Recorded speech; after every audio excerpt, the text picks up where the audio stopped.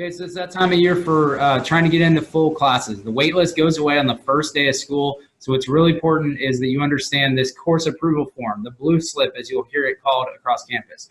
So these will be available outside the drop box in my office, Ruth Lilly Fitness Center 126, and you can pick them up. I'll have a stack, so just take whatever ones you need. Then I want to just kind of explain to you how to fill it out. So fall term, just put fall 2019. And then last name, first name, that's obvious for you. It's very important that you know your ID number. So if you don't know it, grab your student identification card, especially for you newcomers, and put that on there.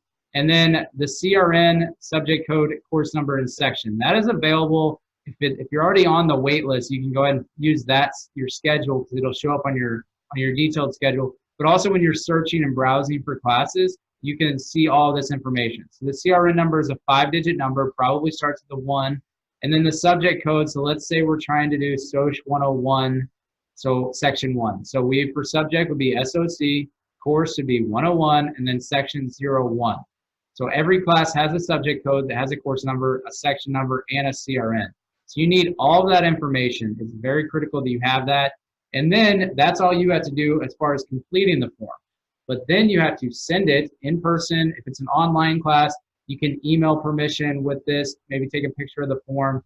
But for most of you, it's going to be an in-person, so you'll actually go to the class when it's scheduled to meet and go to that before, probably 10 to 15 minutes before, and then ask permission to join the class. And if that's the case, once they get this blue form, you need to make sure that they do all these things. One, that those group of check boxes is very important. So that's the reason for the override. So for the most of you, it's going to be the capacity. So you're going to have them fill out the capacity box. Then they're going to sign it. It's going to be very important that they date it.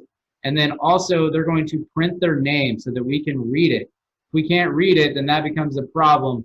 So we need to be able to have that for verification purposes and documentation. So once they do that, they give it back to you, then you're good to go. You're guaranteed in that class that they sign it and everything checks out.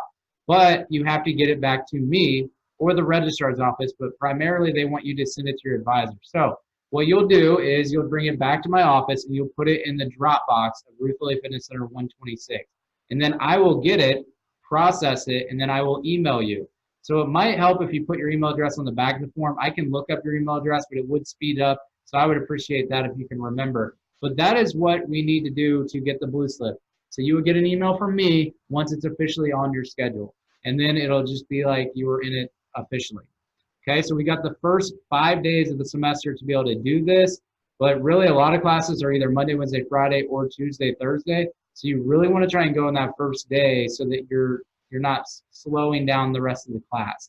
Okay, so that is the course approval form. They're located outside my office. They will be, and on the drop box you'll be able to pick up the blank ones. Please only take as many as you need. Get it filled out and then bring it back, put it in the drop box, I process it, and then you're good to go. I will tell you 95% of blue slips work, and I think that most of you will be surprised how accepting the faculty are. Okay, so that's all you need to do with that. So thank you.